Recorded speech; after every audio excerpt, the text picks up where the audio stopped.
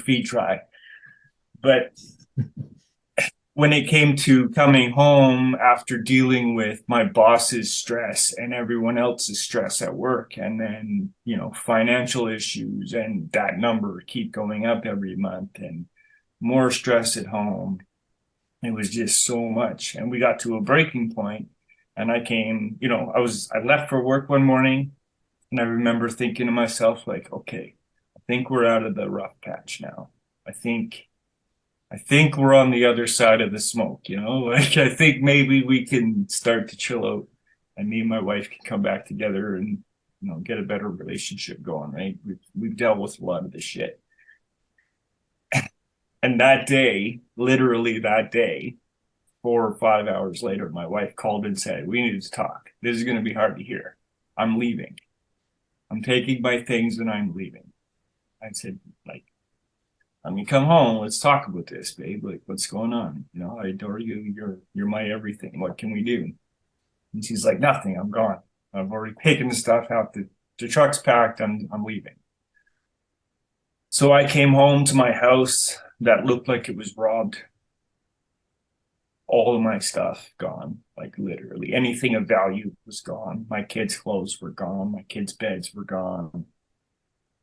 And I, growing up in the house that I grew up in, had to try to understand how to be a human after that. And that was really fucked up because, like, in my household, we were always struggling for money. We were always behind the eight ball. We had to midnight move. I don't know how many fucking times because my mom couldn't pay the rent. And it was just always like that. And then all of a sudden, I was back in this situation at, 32 years old with no support structure at all, no friends, because they were all on my wife's side who said I was abusive. And literally I was in reactive abuse.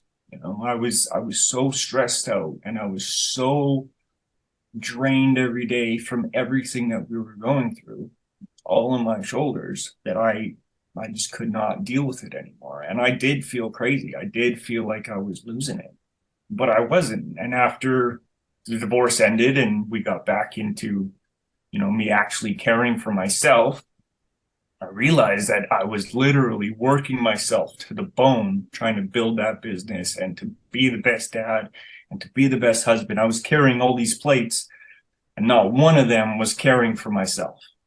And nobody else was carrying that plate for me, right? So yeah, I changed. I changed in a big way. And that was me putting up boundaries so I could get some patience and some mental health in my household. And that didn't go over well with my very demanding wife, who didn't appreciate the fact that I needed to take some time for myself, because that was her time. And that was time that I needed to give to that marriage and those kids. All I asked for was 10 minutes, 10 minutes a day when I got home from work, to decompress and to be able to think clearly and to think lovingly and nurturing, and like I want to. And that was not acceptable. So, I'm an advocate for never carrying as many plates as you can carry, because it only takes one person to bump into you the wrong way and you're dropping every single one of those plates.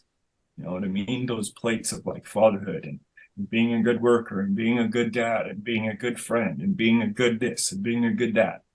If your most important plate isn't caring for yourself, all those plates are at jeopardy of just crumbling at any time. And I think Anthony, hit that point really well. If it's all up here and if this is strong, it literally doesn't matter what you're dealing with. You can find a way to the other side. You know what I mean?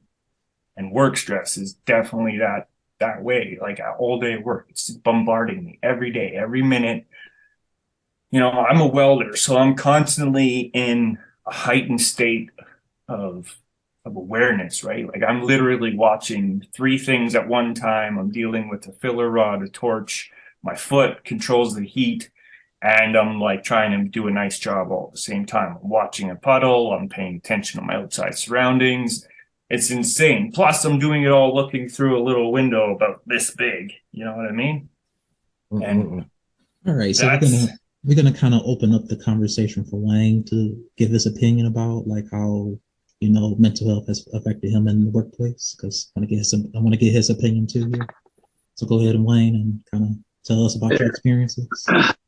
Well, I first I'm picturing Chris up there welding something. I'm like, one thing you mentioned for me, I'm trying not to burn myself too. Cause I mean, I've seen those torches and those things.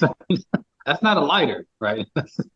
Yeah, honestly, that's the last thing on my mind when I'm welding, and I burn myself all the fucking time, man. I just like after my welds, you'll see me shaking my hand off, like ooh, ooh, ah, ah. It happens every day, every day. So let me. I mean, obviously, I said I'm in the military, so we come with a different type of stress. And I'll say I was fortunate enough that I was never deployed to Iraq or Afghanistan because I joined the Navy, and there was guys in the Navy who went as well, but I didn't have that type of workplace stress to being combat operations. But I was on a ship. I've been on ships where we've been out to sea for months on end, and it drains on you.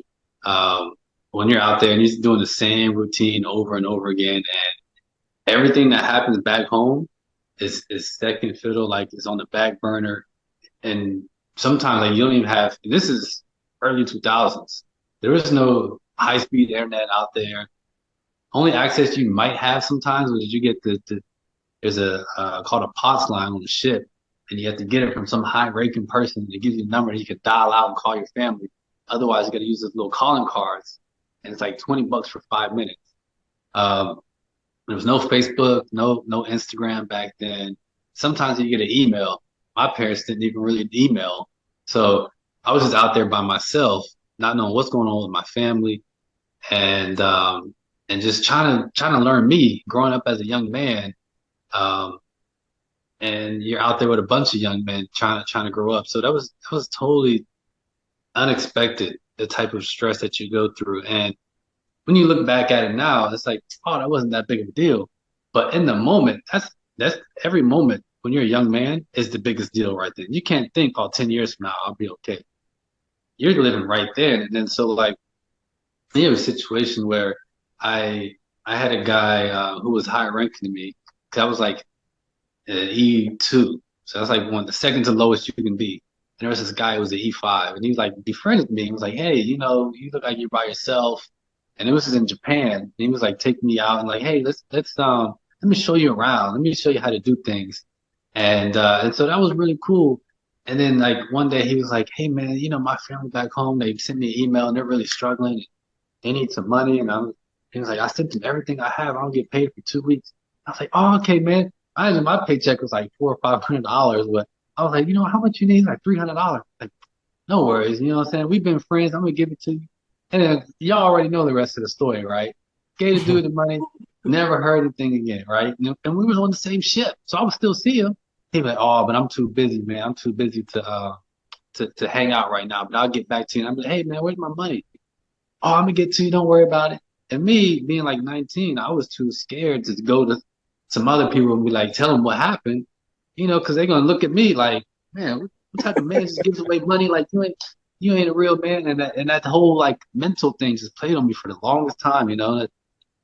Situations like that, they compound. It's like I learned that mistake, and then you have other things that happen. It's just like, and you wonder why men are so guarded and men are so like kept to themselves with them called mental health and yeah, it was $300, but that was half my paycheck at the time. It's like so, man. Now the type of stress I have is a lot different because I'm a senior enlisted, and so we look out for the junior enlisted, obviously. And in my office, I work in the Pentagon, and there's a lot of high priority things that happen in the Pentagon, as you can assume. And so, trying to make sure I'm there for those, but also make sure I'm there for my family. Because one of the biggest things I do is, which y'all talked about earlier, is separating work from dad mind from work mind.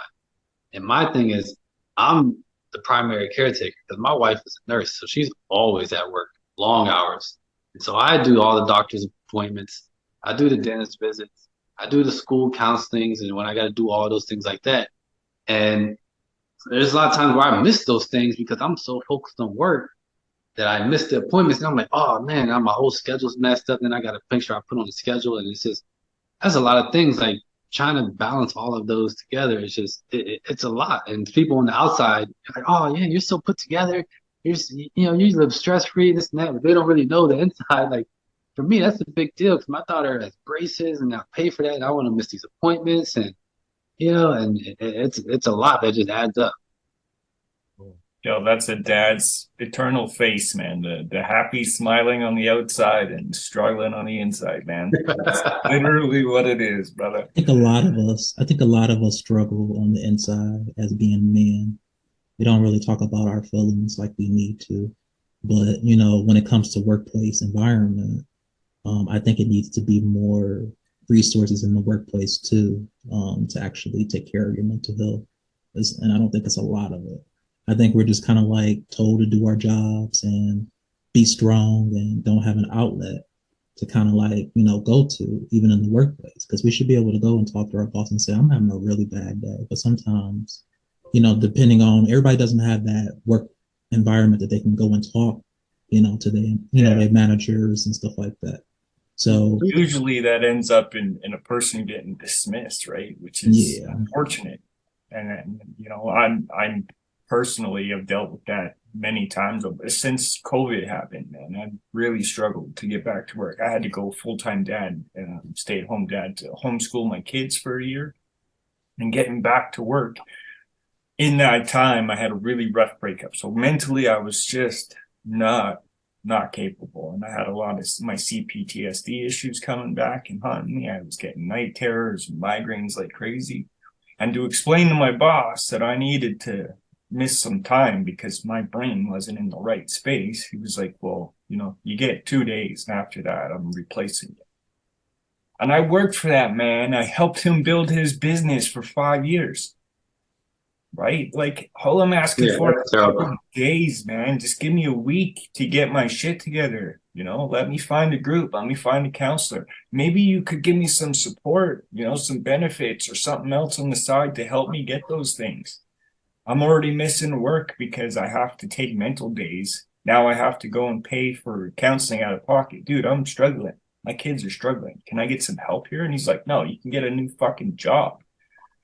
Yeah, right? We don't realize how we can be replaced at any time.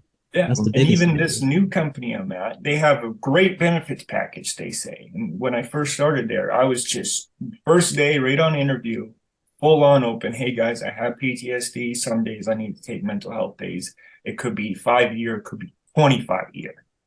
And I don't know where I'm at in 6 months. I don't know where I'm going to be at in 9 months. I could be at a really low place. And when I'm in a really low place, I have a really hard time getting to work. It's not because I don't like work. It's because I like myself. And I want to make sure I'm taking care of myself. Right? I do need a job, but I'm never going to put more energy into the company than I put into myself. And I hope that you guys can respect that and understand that. And if you don't, that's when I'll find my new job. Okay, so I'm just going to lay that out right now. And then she said, yes, we support that. Absolutely, Chris. We love the mental health movement. Like, whatever we need to do to support you to get there. The very next month, I was dealing with some shit, man, some real heavy stuff in my house. And I asked for a day off. And the response was not like it was on my interview when they were like, oh, we support mental health. It was completely the opposite. Like, you get one chance to make it past your probationary period. And this is your thing that we are going to count you on at your 3-month review if you don't perform above bar. So from that point on, for the next 2 months, I was literally fearful of my job every minute. And that was such a tough place to be that after my 3 months, I had to have another meeting with my boss and say, listen, man, I can't be under stress like this.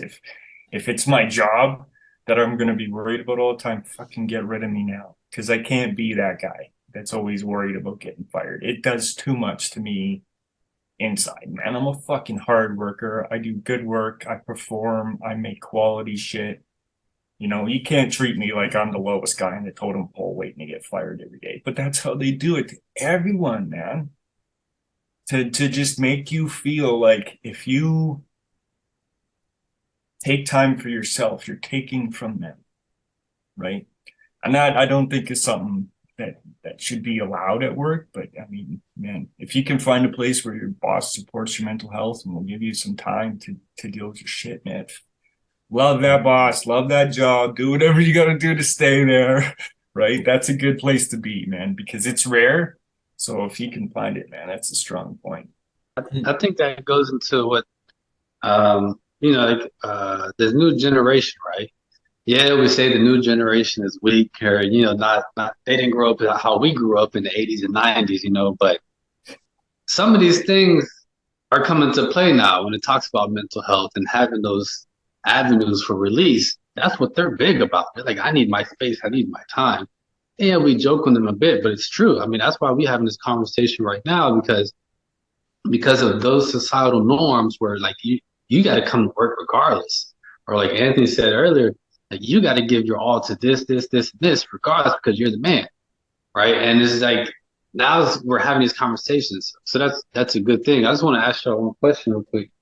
So like when you so Anthony, when you said you were doing the job in the warehouse and your kids and all that, and you got to take care of your body, right? So this is a problem for me because military 18 years now, my body's like, ooh, really hurting. How do you take care of your body when you're at work? Do you get a chance to go to the gym or just eating right? Like, what is something that you did to help keep your body going? I try to play basketball a couple times a week. I haven't been doing that in the last 2 months since the gym that I usually go to has been closed since December. So they really messed up my routine because I used to play every Tuesday and Thursday right after work. I get the kids and then I go to the basketball gym and play for like 2 hours. And so I just kept up with my cardio, my heart health. And I have a membership at a gym. I never go to the gym. I'm just not big gym weights guy. So that never really works out for me. So what I found in the last 2 months, I live in Gainesville, home of the Florida Gators. So their football stadium, it's always open throughout the week where you can go and run. So I started going over there to the stadium and running the stairs. And, it's like a huge stadium. It's like, I think it can fit like 90,000 people in it. So it's a huge stadium. So I go and run the steps. I do that on Wednesdays after work. As much as I hate it and I'm tired after work, I know I need it. And I love that. That's it right there. You're tired and you hate it, but you know that you need it. I need it, man. And it gets the kids out the house, So I got my kids with me, so they come over to the stadium with me. I let them run around, but man, I'm just out there, put my earbuds in, and I'm running, because I know it's healthy for my heart, man. And as I'm getting older, and my knees are starting to, so it keeps my body a little, at least a little intact, and then just trying to drink water. I'm trying to just be much better with and intentional about just always drinking water and keeping myself hydrated. And so it's just little small things. I'm not like the super crazy health freak, but I'm very intentional with at least doing some things. I take my vitamins and I have certain supplements and stuff that I take to just keep myself, somewhat healthy where I can function and do the things that I need to do, so. No, absolutely. It's good stuff, though. I never really thought about that. The football stadium would be open like that to go do things. I mean, that's great. I have one more question for you. You talk about, I was looking through your page and you had there's something about a Father of the Year up there and all the things you got going on. Can you talk about that a little bit? So through the Head Start program, all of my kids went through the Head Start program, which is a program for early childhood, early learning from 0 to 5. So they all went through that program. And through the time, I'm just a person that when I didn't grow up with my dad. And so with me not growing up with my dad, I try to do everything that I possibly can to be involved in the lives of my own children. So through Respect. Yeah, their same here. yeah, for sure. And through their time in the program, I'm at field trips, chaperoning. There's times when I went to the classroom and volunteered to help the teachers out. I was the president of the parenthood committee. I served on the policy council. Just did a lot of different things, just because I wanted to be involved and be in the know about what my kids are going through at school. And so sometime last year on one of my days off, I'm just chilling at home, enjoying my good old time off until the kids come home from school. And I got a call from the Head Start program because all of my kids are out of the program now. They're all in regular elementary school now. But this one woman who was a part of the program called me and she was like, hey, we have Head Start has a Father of the Year. Every year we got to vote for who we're going to vote for as the county. And she was like, of course, we're going to choose you for Alachua County because you're Mr. Ray and you're awesome and all this stuff. I'm like, oh, okay, cool. So she was like, but I got to get a story, kind of get your story. And I'm going to write up a whole story and submit it to the state and then you'll be in the running for the Father of the Year for the state of Florida. And so I'm like, all right, cool. So, I just told her my story and so many things I was telling her. She's like, Mr. Ray, I never knew any of this stuff about you. I'm like, yeah, like. They never see the inside. That's right. Yeah. So, I mean, we were like homeless in 2017 for like 4 or 5 months and everything. And at that time, my daughter was in the Head Start program and only people that really knew was like her teacher. I told her teacher, and my wife and my 2 youngest kids had to go up to Chicago for like 4 months. And so I was without my wife and my 2 youngest babies. I went and moved back in with my mom, my oldest daughter. And, so I'm telling her all this stuff and she's like in tears. She's crying. She's like, I had no idea. And I'm like, yeah, just working and trying to build my life back. And telling her all this stuff. So she wrote up the story. So they ended up choosing me for the state of Florida for the Father of the Year. And then the highest honor was the regional for the Southeastern region of the United States for the Head Start program. I ended up winning Father of the Year for that. So, yeah. Let's clap on that real quick. Respect, brother. Yeah. Respect.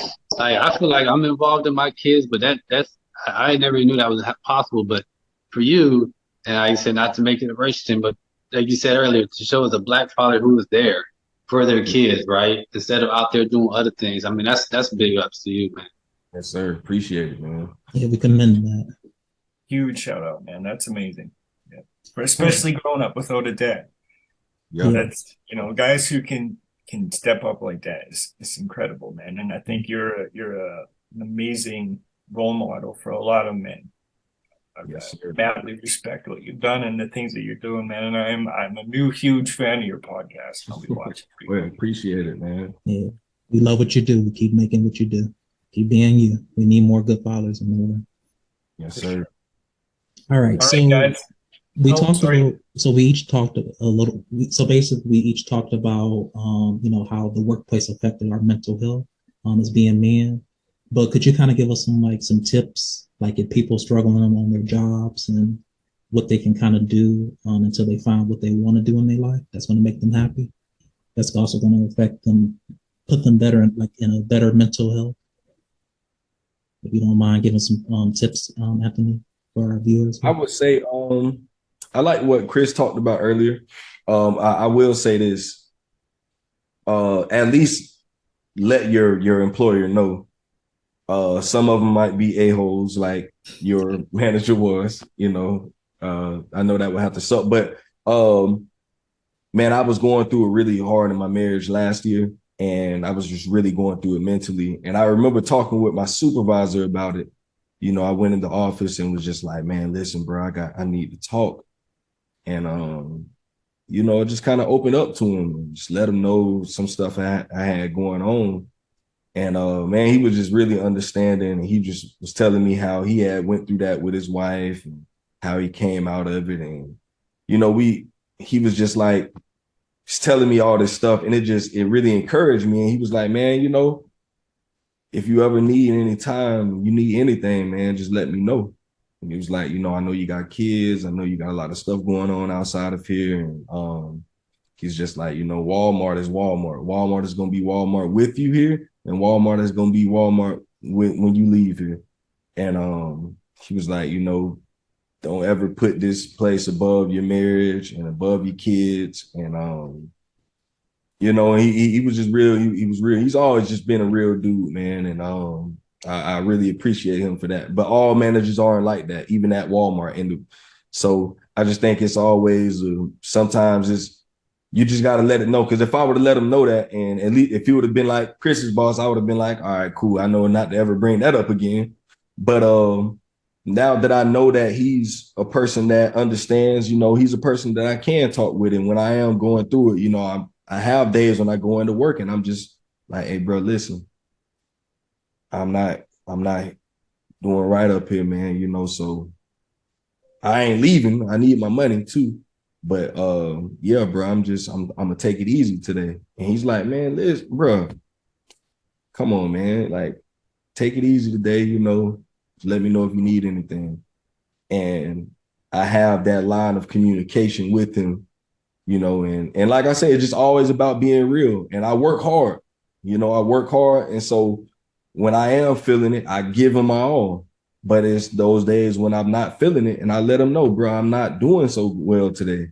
You know, I'm not regular Anthony today. So don't expect that from me. And I'm not going to give that to you, regardless of how you feel about it. And, you know, and I'm honest and I'm real about it. And that's every relationship, you know, when it comes to my friends, you know, just always communicating with friends and with family. Sometimes I would say you got to keep family out of your stuff sometimes because everyone won't understand. And that's just honest. You know, some family members won't be able to, they can't handle the things that I'm going through, you know, especially when it comes to marriage and stuff. And, you know, in family, they're biased by default a lot of times. So I kind of keep family out of my stuff like that, serious stuff. But, you know, talking with friends and family and, you know, whoever, watching podcasts, you know, about certain topics and hearing other people's stories, I think that's a way to really help us deal with mental health. I'm big on learning from others' mistakes and other people's problems. And so I'm always, you know, if it's a book I can read, I'm gonna read a book. You know, if it's a podcast I can listen to, just doing research and understanding the people around me and the world around me. And that helps me to deal with the everyday problems, because if someone is walking around here and talking about they don't have problems, I believe they're lying. I don't believe absolutely. Everybody's got something. Everybody's got something. I don't care how much money you have, what your job is, what your title is, you have issues. If you're the president of the United States, if you're a pastor, if you're a manager on your job, if you're a homeless man on the streets, if you're married, if you're not married, if you got kids, you don't have kids, it does not matter. You have problems, you have issues, you have things you can work on. There's areas in your life that you can be better. Everyone has them.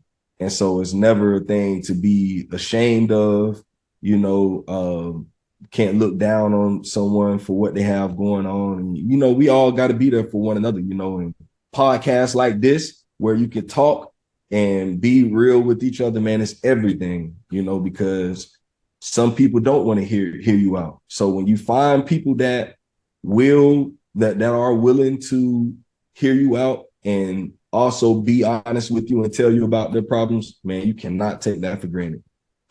Can't.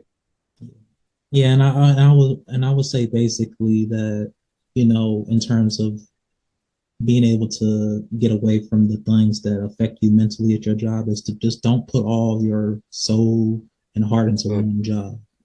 You got to understand that it's a business at the end of the day. If you die tomorrow, they don't care at all. They go replace you just like it ain't nothing. So you got to just be cognizant that I'm going to do what I can, put the bare minimum effort in. If they don't like it, oh well, you know, because you have to protect your mental health. That's important. That's more important, because if you ain't no good for yourself, you ain't no good for no job or anybody or wife, kids, whatever. You got to do this. Has got to be number one priority, number one. And that's kind of my 2 cents on some of the tips that I think that is kind of beneficial to dealing with workplace and affecting your mental health. So I'm gonna give Wayne. I'm gonna go ahead and. Do you have some tips for us? Yeah, I would just say communicate, like Anthony and Chris was saying, and stay out of don't bring the high school into work, right? We all remember those things that went on in high school with the drama and talking and all the gossip and all the things like that. Like we don't need all that at work. People want to come and do their job. And so if you're that person, right? If you're watching, you're that person, stop doing that, right? Because you're making it stressful for everybody else. And one thing that I do, what I work for me is I get a chance in the military to work out at work sometimes, and that really helps me. That helps break up my day. So I like to go like during lunch and just get, even like if it's just go walk around the building. Because the Pentagon is huge. If you do one lap around the Pentagon, that's like 20 minutes to just walk. Just something to clear your mind throughout the day, is to break up that 8 hours. Because you go straight 8 hours in monotonous routine, it can really mess with you. So just find a way to break it up a little bit. And that's one thing that helps me. All right, Chris, go ahead and try to say your final thoughts about tips that can help people in the workplace. Yeah, I think for me, boundaries, man. Boundaries is number one. Learn how to make them and learn how to keep them solid. Like seriously, people need to understand that this is an immovable object. I will take time for my children when they need me to take time for them. I will use my vacation time to cover that. But my life is my priority, not my job, right? Unless I own the business, I'm not giving 150% effort every day. I'm just not. I'm sorry, man. I'm too old, and I'm not that worker anymore. You want somebody like that, hire an 18-year-old. You want somebody who will stand in your face and say, "No, I'm not going to be here today. I'll be that guy." So learn how to create some boundaries at work. It's uncomfortable, but once you can do it, it's not too bad. Once they know the person that you are and they can't affect that with their opinions or their attitudes or their, mistreatment, they're not going to try anymore. They'll just let you be the person that you want to be, hopefully. The other thing I would suggest is try to be the nice guy at work. Yeah. Right? So many people are being that dick, right? Don't be that dick at work. Be the nice guy, man. Ask people how they're doing. When people are nice to you, thank them for that. Tell people you appreciate their hard work, because the boss sure is fucking doing it. Hey, tell people that you work with, say, "Hey, man, I appreciate you making my job easier," because it sucks, right? We all hate being here every day. We all hate giving effort to a boss who doesn't appreciate our effort. So if we can appreciate each other, right, it's not a bad place to be. We get money. We have a couple of buddies at work. We get to drink coffee and hang out. I think it's a good deal, right? So don't be the dick at work, be the nice guy, and always bring coffee and donuts. Coffee and donuts. It's a bonus. All right. It's been a pleasure talking to all of you guys. We definitely have some great conversations today, and we want to thank Anthony Ray from his podcast, Dead Can We Talk, for coming on our show. We really appreciate it. You can go follow him at Dead Can We Talk on his channel. And he should be able to, he gets some good commentary over there.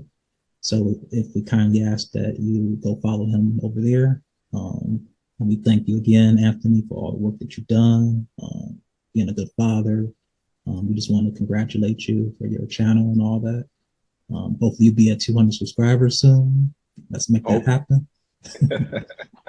And I really appreciate all the conversations that we had today. So on that, we're going to end this session here. So I really appreciate all of your time and effort from every one of you. And we're going to end this now. Any final thoughts? For me, guys, we want to start interacting with our viewers a bit more. So if you are out there and you've got, it's all good. We'll do. Okay, go ahead. Sorry about that. Hey guys, thanks for joining us today. I appreciate your viewership. Make sure to like and subscribe. Men's Talk Show, and also over at Dad Can We Talk. Anthony, appreciate you being here today, man. Some great viewpoints, and it's nice to always have somebody on the podcast. So anybody else out there, you know, we want to talk to our viewers, because we can talk to the three of us all day long, but we want to interact with you guys. So if you have something you want to talk about, you have comments or questions, you know, throw it up in the comments.